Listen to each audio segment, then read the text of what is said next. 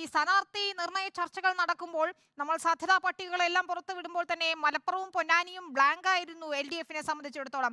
മറുഭാഗത്ത് ഈ ടീം അബ്ദുൾ സമദ് സമദാനിയും എന്നത് തന്നെ ഏതാണ്ട് ഉറപ്പിക്കുകയും ചെയ്തിരുന്നു. ആ സമയത്ത് ഒരു പേരുകളും ഉണ്ടായിരുന്നില്ല ഒരു ഘട്ടത്തിൽ. അവിടെ നിന്നാണ് ഇപ്പോൾ വി വസീഫ്, KS ഹംസ എന്ന പേരുകളിലേക്ക് എത്തി നിൽക്കുന്നത്. അതിൽ KS ഹംസ അപ്രതീക്ഷിത സ്ഥാനാർത്ഥിയായി വരുന്നു. ലീഗിന്റെ മുൻ നേതാവാണ്. കുഞ്ഞാലിക്കുട്ടിയെ ഉൾപ്പെടെയുള്ളവർക്കെതിരെ വലിയ പോരാട്ടം നടത്തി ലീഗിൽ നിന്നും പുറത്താക്കപ്പെട്ടയാളാണ്. എങ്ങനെയായിരിക്കും ഇത് പ്രതിഫലിക്കുക പൊന്നാനിയിലും മലപ്പുറത്തും? വിവിധ CPM-ന്റെ സ്ഥാനാർത്ഥി ചർച്ചകൾ സജീവമായ ആദ്യഘട്ടങ്ങളൊക്കെ തന്നെ നേരത്തെ സൂചിപ്പിച്ചതുപോലെ തന്നെ ഒരു തരത്തിലും മലപ്പുറത്തെ സ്ഥാനാർത്ഥി ചിത്രങ്ങൾ തെളിഞ്ഞിരുന്നില്ല. പിന്നീടാണ് ജില്ലാ സെക്രട്ടേറിയറ്റിൽ ഇത്തരത്തിൽ VP Sanu, PK Abdulla Nawaz, P Wasif ഉൾപ്പെടെയുള്ളവരുടെ പേരുകൾ വന്നിരുന്നത്. എന്തായാലും ഇത്തവണ പാർട്ടി ചിഹ്നത്തിൽ തന്നെ മത്സരിക്കണമെന്നുള്ള ആവശ്യമായിരുന്നു ജില്ലാ സെക്രട്ടേറിയറ്റിൽ ഉയർന്നതും. പക്ഷേ അന്തിമ തീരുമാനം സംസ്ഥാന സമിതിക്ക് വിടുകയും ചെയ്തു. ഇപ്പോൾ സംസ്ഥാന സമിതിയിൽ നിന്നും വരുന്ന ചിത്രങ്ങൾ വരുമ്പോൾ തികച്ചും അപ്രതീക്ഷിത സ്ഥാനാർത്ഥികളെ കൂടി ഉൾപ്പെടുത്തിയുള്ള പട്ടിക വരുന്നു എന്നുള്ളത് തന്നെയാണ്.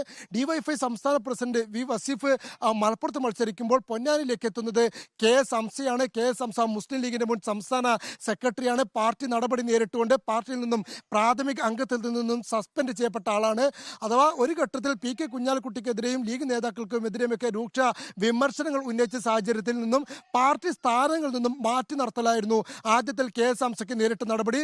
തൊട്ടു പിന്നാലെ തന്നെ തൃശൂർ ജില്ലയിൽ നിന്നും ജില്ലാ നോമിനിയായിക്കൊണ്ട് സംസ്ഥാന കൗൺസിലിലേക്ക് KS ഹംസയെ തെരഞ്ഞെടുത്തു. എന്നാൽ സംസ്ഥാന കൗൺസിൽ ചേരുന്ന അന്നേ ദിവസം തന്നെ ഈ KS ഹംസ ആ യോഗത്തിൽ പങ്കെടുക്കുന്നതിന് തൊട്ട് മുമ്പായി KS ഹംസയെ പാർട്ടിയുടെ പ്രാഥമിക അംഗത്തിൽ നിന്നും സസ്പെൻഡ് ചെയ്യുകയാണ് ചെയ്തത്. ഇതിന് പിന്നാലെ KS ഹംസ കോടതിയെ സമീപിക്കുകയും സംസ്ഥാന കൗൺസിലിനെതിരെയും ലീഗ് നേതാക്കൾക്കെതിരെയുമൊക്കെ കോടതിയെ സമീപിക്കുകയും ചെയ്തിരുന്നു. ഇതിനൊക്കെ തന്നെ KS ഹംസയ്ക്ക് വലിയ വിമർശനം നേരിടേണ്ടി വരികയും ചെയ്തു. ഇത്തരത്തിൽ പാർട്ടിയിൽ നിന്നും മുസ്ലിം ലീഗിൽ നിന്നും മാറ്റി നിർത്തപ്പെട്ട മുസ്ലിം ലീഗിന്റെ ഒരു മുൻ നേതാവ് തന്നെയാണ് ഇപ്പോൾ മുസ്ലിം ലീഗിന്റെ ഏറ്റവും ഉറച്ച കോട്ടകളൊന്നായ പൊന്നാനിയിലേക്ക് വീണ്ടും മത്സരിക്കാൻ എത്തുന്നത്. മുസ്ലിം ലീഗിന് ഒരു കാലത്ത് എല്ലാ മണ്ഡലങ്ങളും UDF-ന്റെ എല്ലാ മണ്ഡലങ്ങളും കൈവിട്ട കാലത്ത് പോലും പൊന്നാനിയിൽ അഹമ്മദിലൂടെ UDF-ന് ഒരു മണ്ഡലം സമ്മാനിച്ച ഒരു മണ്ഡലം കൂടിയാണ് പൊന്നാനി. അത്തരത്തിലൊരു പാരമ്പര്യം തന്നെയുള്ള ഒരു മണ്ഡലത്തിലേക്കാണ് മുസ്ലിം ലീഗിന്റെ തന്നെ ഒരു മുൻ മുതിർന്ന നേതാവിനെ മത്സരിപ്പിച്ച് കളം പിടിക്കാൻ വേണ്ടി ഇപ്പോൾ CPM ഒരുങ്ങുന്നത്. സ്വാഭാവികമായും മുമ്പ് പലതവണ സ്വതന്ത്ര പരീക്ഷണങ്ങൾക്ക് പൊന്നാനിയെ CPM വേദിയാക്കിയിട്ടുണ്ട്. 2009 ഹുസൈൻ രണ്ടത്താണിയെയും 2014 വി അബ്ദുറഹ്മാൻ, ഇന്നത്തെ കായിക മന്ത്രിയായിട്ടുള്ള വി അബ്ദുറഹ്മാനെയും, കഴിഞ്ഞ ലോക്സഭാ തെരഞ്ഞെടുപ്പിൽ നിലമ്പൂർ MLA ആയിട്ടുള്ള PV അൻവറിനെയും ഇത്തരത്തിൽ സ്വതന്ത്ര സ്ഥാനാർത്ഥികളായി പൊന്നാനിയിൽ അവതരിപ്പിച്ചിരുന്നു. പക്ഷേ വി അബ്ദുറഹ്മാൻ കായിക മന്ത്രിയായിരിക്കെ മാത്രമാണ് വലിയൊരു പോരാട്ടം കാഴ്ചവെക്കാൻ കഴിഞ്ഞത്. അന്ന് മുസ്ലിം ലീഗിന്റെ ഭൂരിപക്ഷം 25,000 വോട്ടുകളിലേക്ക് ചുരുങ്ങുന്ന ഒരു സാഹചര്യം ഉണ്ടായിരുന്നു. പക്ഷേ കഴിഞ്ഞ തവണ PV അൻവർ എത്തിയപ്പോൾ 1,80,000-ലധികം വോട്ടുകൾക്കാണ് ET മുഹമ്മദ് ബഷീർ പൊന്നാനിയിൽ മത്സരിച്ച് കയറിയത്. പക്ഷേ ഇടതുപക്ഷം ഇപ്പോഴും കണക്ക് കൂട്ടുന്നതില്ലെങ്കിൽ തന്ത്രങ്ങൾ മെനയുന്നത് കഴിഞ്ഞ നിയമസഭാ തെരഞ്ഞെടുപ്പിൽ നേടിയ വോട്ട് വിഹിതത്തിന്റെ അടിസ്ഥാനത്തിലാണ്.